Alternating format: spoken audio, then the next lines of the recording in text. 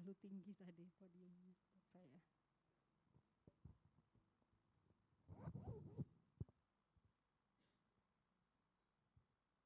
Shalom Bapak Ibu Saudaraku sekalian, diberkati dengan pujian penyembahan tadi. Amin. Saya rindu setiap kita pada pagi hari ini menyiapkan hati dan pikiran kita untuk menerima kebenaran firman Tuhan pada pagi hari ini. Karena temanya menanti-nantikan Tuhan ya. Selamat datang buat yang baru pertama kali datang ke rumah Tuhan. Kiranya juga Bapak Ibu boleh mengalami lawatan Tuhan pada pagi hari ini. Ya, langsung saja. Jadi saya mengambil firman Tuhan dari Mazmur 130 ayat 1 sampai 8. Saya kasih judulnya dari jurang menuju pengharapan. Mari kita membuka ayat Alkitabnya, semua membawa Alkitab. Amin. Ini puisi ya. Jadi membacanya jangan datar. Saya mau coba membuka masker. Saya ada alergi sedikit, takut kotor, jadi saya pakai masker. Tapi saya buka nggak apa-apa. Karena kurang jelas ya pakai masker. Sudah semua membuka di Mazmur 130 ayat 1 sampai 8. Jadi puisi bacanya lebih lebih ekspresif. Sudah? Kita mau mulai yang pria baca ayat yang ganjil, yang wanita ayat yang genap. Jangan cepet-cepet, ikutin iramanya sama-sama. Karena kalau membaca puisi nggak bisa kayak gitu ya, nggak bisa nikmat. Karena ini kalau puisi harus dinikmati membacanya.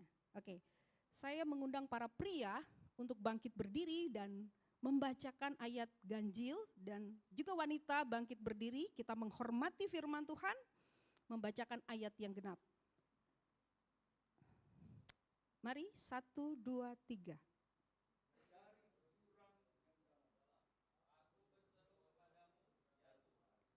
Tuhan, dengarkanlah suaraku. Kiranya telingamu menaruh perhatian kepada suara permohonanku.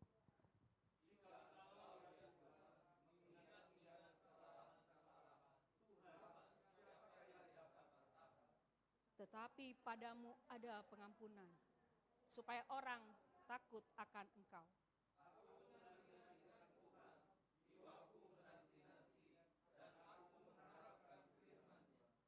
Jiwaku mengharapkan Tuhan, lebih daripada pengawal mengharapkan pagi.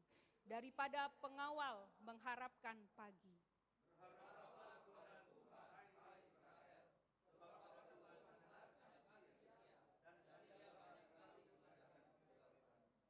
Dialah yang akan membebaskan Israel dari segala kesalahannya. Amin. Silakan Bapak Ibu duduk.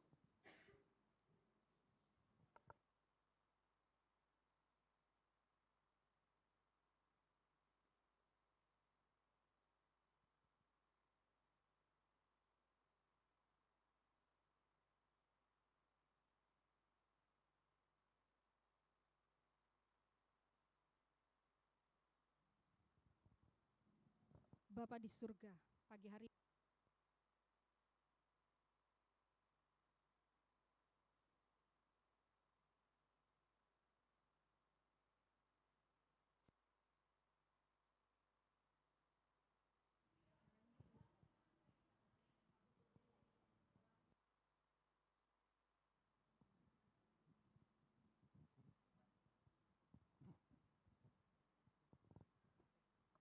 halo.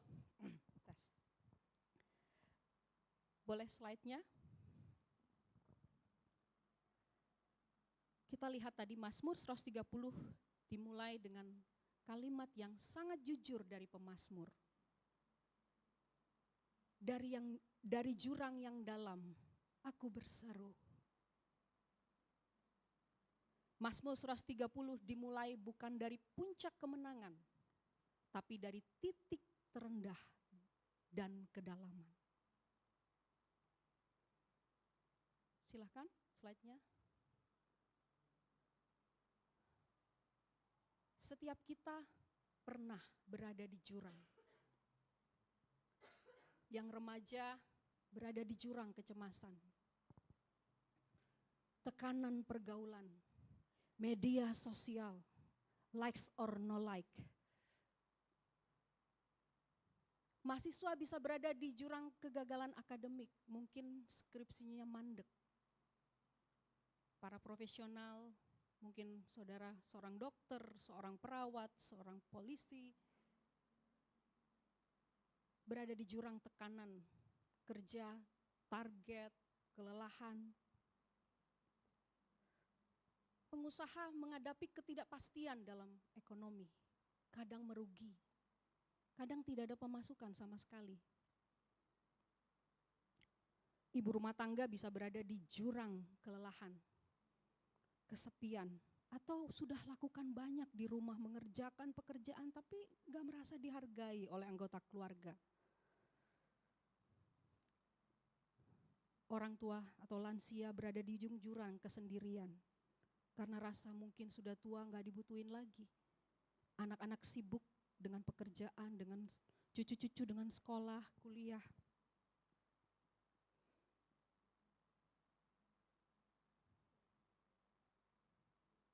Boleh ayat yang kedua, slide yang kedua tadi? Kedua, sebelumnya. Sebelumnya, ya. Mazmur ini bukan mazmur kemenangan. Ini mazmur dari bawah, dari titik terendah hidup kita. Ini dari kedalaman, bukan dari yang dangkal. Setelah kita membaca tadi bersama-sama, kita bisa melihat alur dari cerita dari kitab Mazmur ini.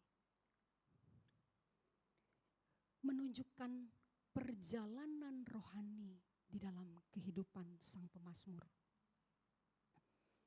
Sangat indah. Yang pertama, boleh slide-nya.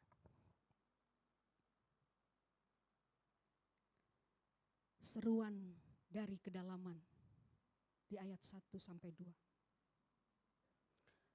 Dari jurang yang dalam aku berseru kepadamu ya Tuhan. Dengarkanlah suaraku. Kiranya telingamu menaruh perhatian kepada suara permohonanku. Kata jurang itu menunjuk pada kedalaman laut. Kalau di Indonesia jurang ya bisa kalau kita jalan ke gunung kiri kanan jurang begitu ya. Tapi ini lebih dalam lagi, enggak ada pijakan katanya jurangnya itu enggak kelihatan gitu ya. Dasarnya maaf. Tapi pemazmur tidak mengatakan pada saat di dalam jurang aku tenggelam, tidak. Tapi dia bilang, aku berseru. Aku berseru. Dia gak bilang aku lagi tenggelam, aku lagi terpuruk, aku lagi gagal, aku malu. Pemazmur tidak mengatakan itu. Dia mengatakan aku berseru kepada Tuhan, kiranya Engkau mendengar dengan penuh perhatian. Di laut yang dalam, siapa yang bisa dengar? Ada suara yang bisa dengar suara manusia? Enggak.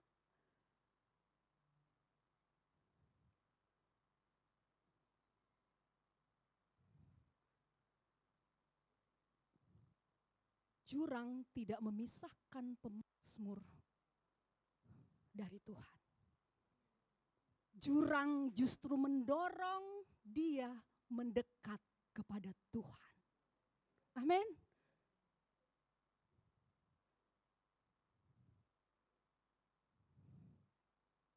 Iman tidak dimulai dari kekuatan. Tetapi dari kesadaran bahwa kita ini lemah dan perlu Tuhan. Amin.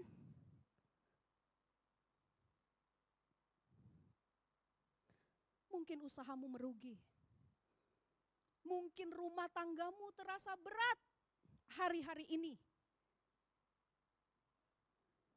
Mungkin kau gagal di dalam ujianmu. Mungkin nilai pelajaranmu yang anak-anak remaja jelek.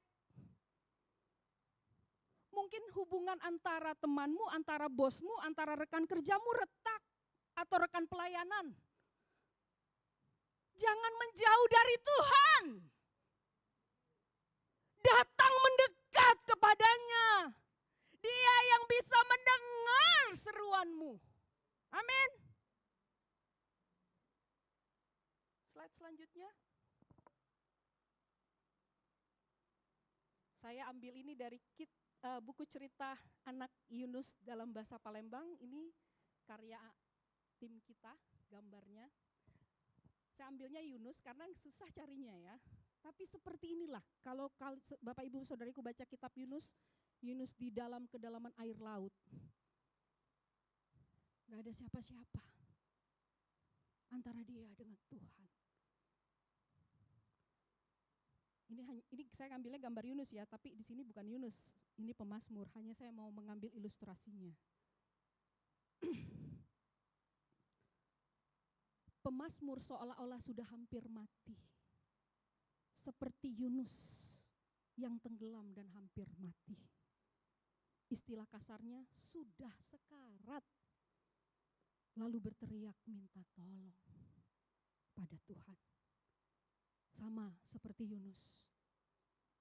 Tenggelam, merasa di dunia orang mati dan minta tolong. Mungkin kadang-kadang kita di dalam posisi seperti itu. Tapi Mazmur 130 ayat 2 katakan, Tuhan dengarlah suaraku. Biarlah telingamu menaruh perhatian kepada suara permohonanku. Ini adalah doa yang lahir dari sesuatu yang urgent, sesuatu yang penting, dan kebergantungan yang total sama Tuhan. Amin. Amin Bapak Ibu. Lanjut. Oke, tadi dari seruan dari kedalaman ya pemazmur tadi ya. Yang kedua, mulai kita ayat baca 3 dan 4. Jika engkau ya Tuhan mengingat-ingat kesalahan, Tuhan siapa yang dapat bertahan? Tetapi padamu ada pengampunan supaya orang takut akan Tuhan. Amin. Pemazmur menyadari bahwa masalah terdalam bukan situasinya. Bukan keadaan yang galau ya. Bukan susah hari ini, bukan itu, bukan kekacauan. Tetapi ternyata masalah yang terdalam adalah dosa. Di sini fokus beralih dari yang tadinya penderitaan masuk ke masalah yang internal yaitu dosa. Ada pergeseran. Ternyata masalah bukan sekedar yang di luar. Saya kehilangan ini, saya malu, saya susah. Tapi masalah yang terdalam ternyata di dalam hati. Sering kita berpikir masalah itu saya adalah ekonomi, kurang terus duit di rumah. Masalah terbesar saya pekerjaan saya. Masalah terbesar saya suami saya atau istri saya atau anak saya. Tapi sebenarnya bukan itu masalah yang terbesarnya. Mazmur mengingatkan kita hari ini. Masalah terdalam manusia adalah dosa.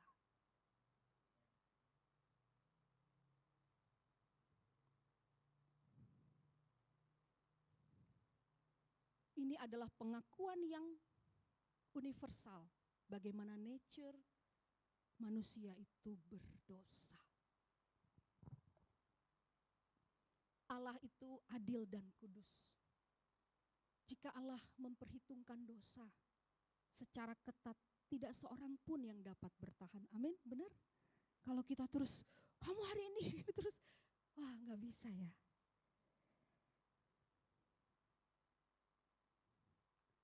Tapi selanjutnya slide-nya,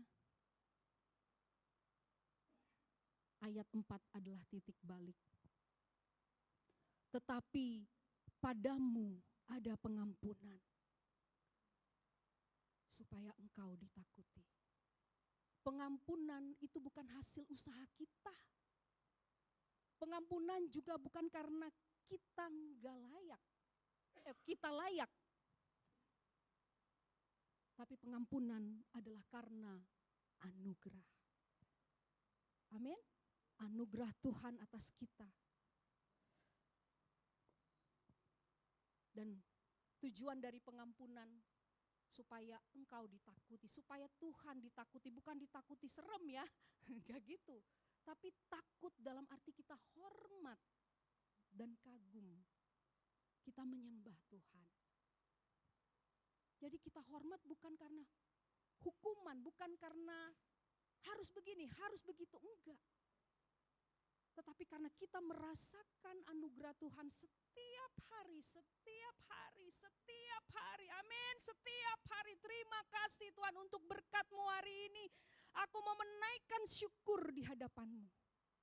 Tuhan, terima kasih untuk kekuatan hari ini Kau berikan. Aku mengucap syukur.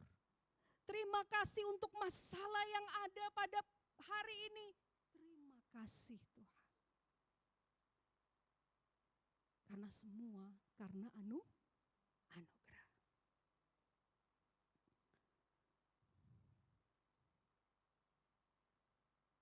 Lanjut. Jadi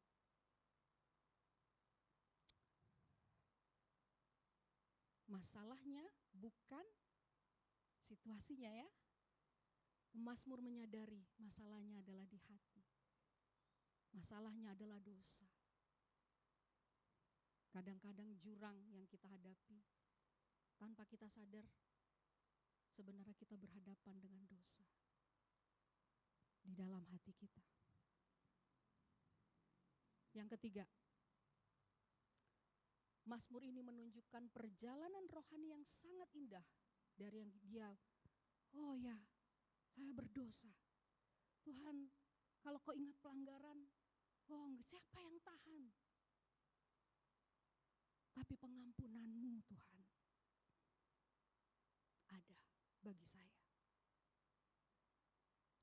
Kemudian Mazmur di ayat 5 sampai 6. Maaf, di ayat ya, benar. Aku menanti-nantikan Tuhan. Jiwaku menanti-nanti dan aku mengharapkan firman-Nya. Jiwaku mengharapkan Tuhan lebih dari pengawal mengharap pagi, daripada pengawal mengharapkan pagi. Menanti itu bukan pasif.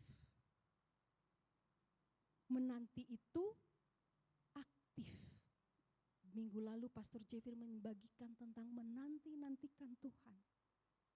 Itu bukan tindakan yang pasif, tapi aktif sebenarnya. Ya, kita kadang maunya buru-buru. Kayaknya kalau saya diam saya nggak bergerak apa-apa, ternyata tidak. Maksudnya di sini menanti-nantikan Tuhan, kita itu menunggu dengan keteguhan akan jawaban Tuhan. Amin. Berharap dengan ketekunan, mengikatkan diri dengan sabar atas karya Tuhan di dalam kehidupan kita. Amin. Ilustrasi dari pengawal berjaga-jaga tadi ya, lagu kita tadi ada ya, menantikan pagi. Pengawal itu tidak tahu jam berapa matahari akan terbit. Ya, nggak mungkin kan lihat jam terus kan. Tapi dia menantikan walau dalam gelap dan sepi bahwa matahari akan terbit. Bahwa nanti akan pagi hari dan dia selesai tugas berjaganya. Bahwa pagi ini pasti datang. Pernah lihat Pak Satpam kan? Yang jaga malam, pasti dia pengennya cepat pagi kan? Begitulah seharusnya ini ilustrasi ini dibuat menanti-nantikan Tuhan, kita mengharapkan janji Tuhan. Walaupun saat ini masih gelap dan sepi, tapi kita percaya bahwa Tuhan adalah Allah yang setia. Amin. Dia setia apapun keadaanmu, apapun kondisimu, dia setia dan tidak pernah meninggalkan kita. Amin. Manusia bisa tinggalkan kita, tapi Tuhan tidak pernah meninggalkanmu.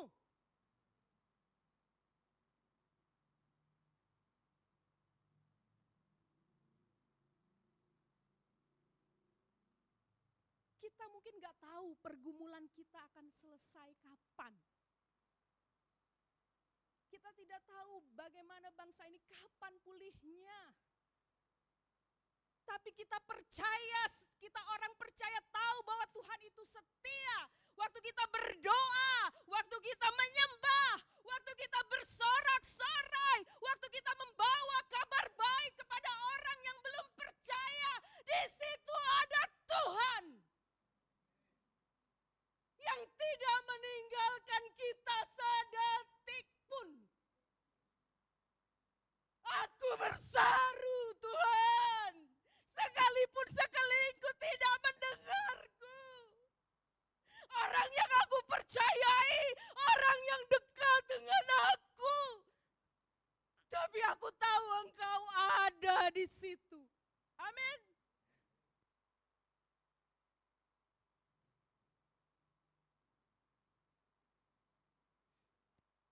Iman adalah kepastian akan pagi, walaupun masih malam. Kegelapan itu mungkin begitu panjang. Penantian kita mungkin lama. Tapi janji Tuhan itu ya dan amin. Amin.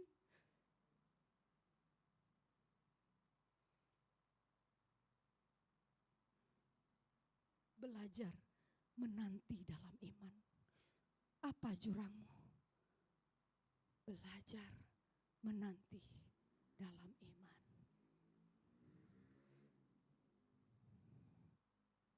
Lanjut.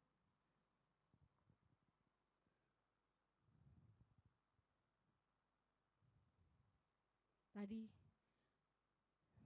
dalam jurang, dari jurang kita berseru. Pemazmur. Dari yang situasi ternyata masalahnya dosa. Tapi pengampunan Tuhan ada. Kemudian kita menantikan Tuhan dengan iman. Tapi ada perubahan yang besar di sini. Ayat 1 sampai 6 itu dia pribadi, dia sendiri dengan Tuhan. Tapi tiba-tiba berubah. Di 7 dan 8. Berharaplah pada Tuhan, hai Israel. Sebab pada Tuhan ada kasih setia. Dan banyak sekali pembebasan yang dilakukannya. Dialah yang akan membebaskan Israel dari segala kesalahannya. Amin. Pengalaman pribadi berubah menjadi kesaksian yang komunal.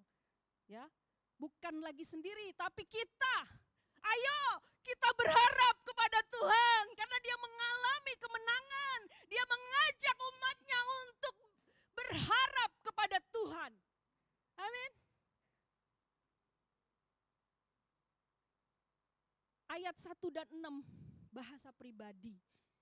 Aku berseru, aku menantikan Tuhan.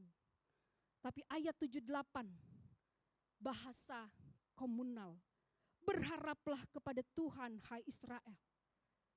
Di sini terjadi transformasi. Amin. Pengalaman pribadi dengan Tuhan menjadi kesaksian dan ajakan bagi umat Tuhan.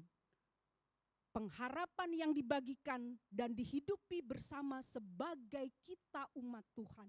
Amin. Jadi bukan lagi sendiri, tapi kita bersama-sama sebagai gereja berharap kepada Tuhan. Amin. Makanya doa itu sepakat dibilang kan. 2-3 orang berkumpul meminta di jawab. Jadi kalau satu yang dipulihkan, ditambah lagi ada satu yang dipulihkan, atau seluruh jemaat, begitu berkuasanya doa itu. Amin.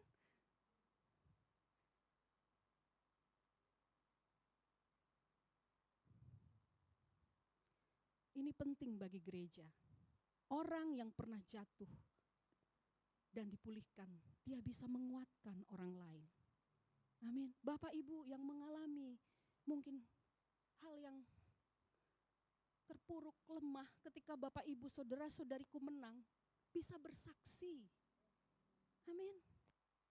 Itulah tujuan Tuhan. Tuhan mau memakai kita sebagai alatnya bagi kerajaannya ini. Untuk memberitakan kabar baik kepada dunia yang kita tidak tahu dengan pasti keadaannya saat ini. Ngeri kalau lihat saudara saya kadang-kadang nangis. Saya gak mau buka itu Facebook, gak mau buka media sosial, capek. Karena yang ada dunia ini dengan ketidakpastian. Tapi syukurlah kita anak-anak Tuhan punya Kristus di dalam hati kita. Kita punya pengharapan di dalam Dia. Dan itulah yang kita bawa ke sana. Amin. Itulah yang kita bawa kepada umat Tuhan untuk kita saling menguatkan, saling membangun, saling meneguhkan, saling mendoakan. Amin. Itulah tujuannya kita sebagai keluarga Allah. Bertolong-tolonganlah menanggung bebanmu sesuai dengan hukum Kristus. Amin. Kita gak bisa hidup sendiri. Kita perlu bersama-sama sebagai satu jemaat. Hidup sendiri di hutan. Di hutan pun masih ada binatang ya. Gak sendiri juga. Kesaksian kita bisa memberkati saudara seiman kita yang pelajar. Mungkin saudara kita Yobel punya kesaksian mengenai kuliahnya, bisa bersaksi kepada adik-adiknya. Mungkin yang mengalami terikat dengan banyak perkara-perkara pornografi. Tetapi ketika dilepaskan, dimerdekakan, dia bisa bagi kepada pria-pria atau wanita-wanita yang kepada mereka untuk memberitakan, aku dibebaskan dan dimerdekakan. Amin.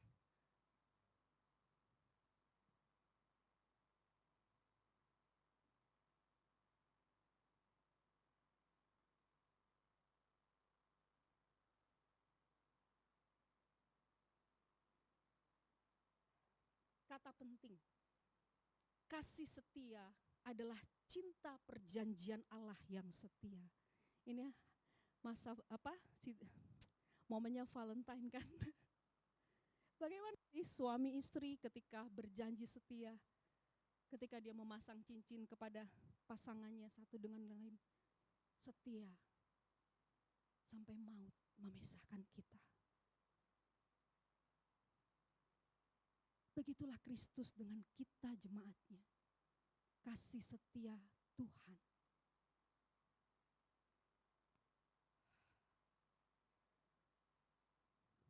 Jadi Valentine itu bukan hadiah yang mahal. Tapi yang lebih mahal lagi adalah pengorbanan Kristus di kayu salib. Amin. Itulah cintanya Tuhan, itulah kasih setia Tuhan sama kita, selesai di kayu salib. Enggak ada yang lebih dari itu. Karena manusia itu terbatas. Kalau saya berharap sama suami saya terus, saya akan kecewa. Atau terbaliknya, suami saya berharap sama saya akan kecewa. Karena manusia terbatas. Tapi Dia tidak terbatas. Dialah Alfa dan Omega. Dialah yang awal dan yang akhir. Yang mencipta segala sesuatunya termasuk saya dan saudara.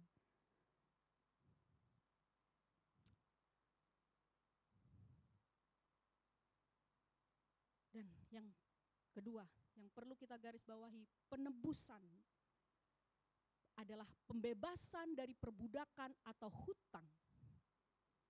Kita bukan saja diampuni, tapi kita dibebaskan.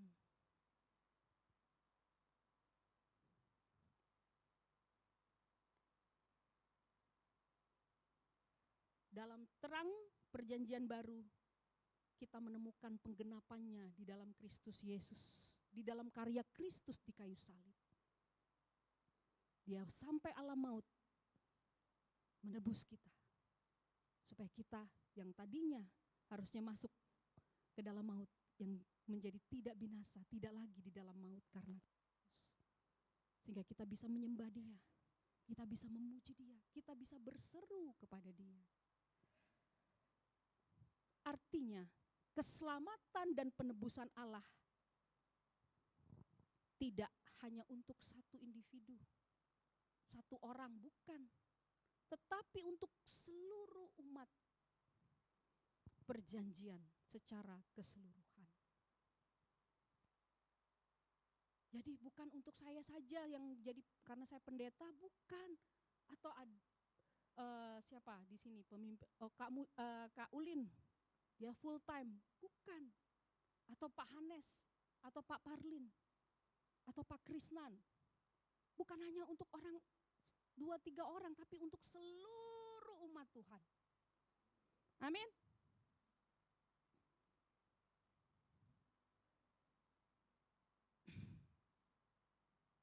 Mazmur 130 mengajarkan perjalanan iman. Dari jurang, pemazmur mengakui dia berseru kepada Tuhan. Dan dia mengakui masalahnya dosa di dalam hatinya. Ada pengampunan. Ada yang namanya menanti-nantikan Tuhan. Dan kita mempunyai pengharapan bersama.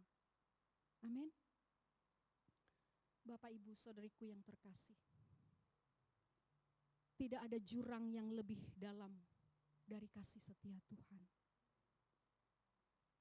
Mungkin hari ini ada yang berada di jurang. Mungkin kamu jauh dari Tuhan. Mulai kompromi. Mungkin ada dosa yang masih disimpan di hatimu. Engkau enggan memberikannya kepada Tuhan. Dan kau belum bereskan. Masih disimpan. Atau mungkin kamu lelah menunggu jawaban doa, kapan ya Tuhan? Firman Tuhan berkata pada pagi hari ini, padanya ada pengampunan. Amin. Padanya ada kasih dan setia. Padanya ada penebusan yang berlimpah-limpah.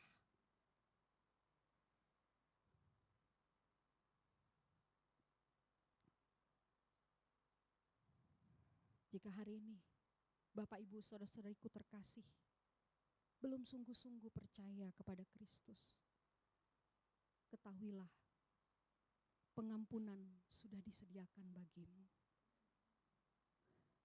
Dari jurang kita menuju salib, dari salib Kristus kita menuju pengharapan.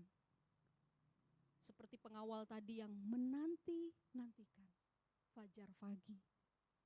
Demikianlah kita menanti-nantikan Tuhan. Karena kita percaya bahwa pagi pasti datang. Amin. Bapak, Ibu, kita tundukkan kepala. Tim worship boleh angkat penyembahan lebih dari segalanya. Bapak, Ibu, renungkan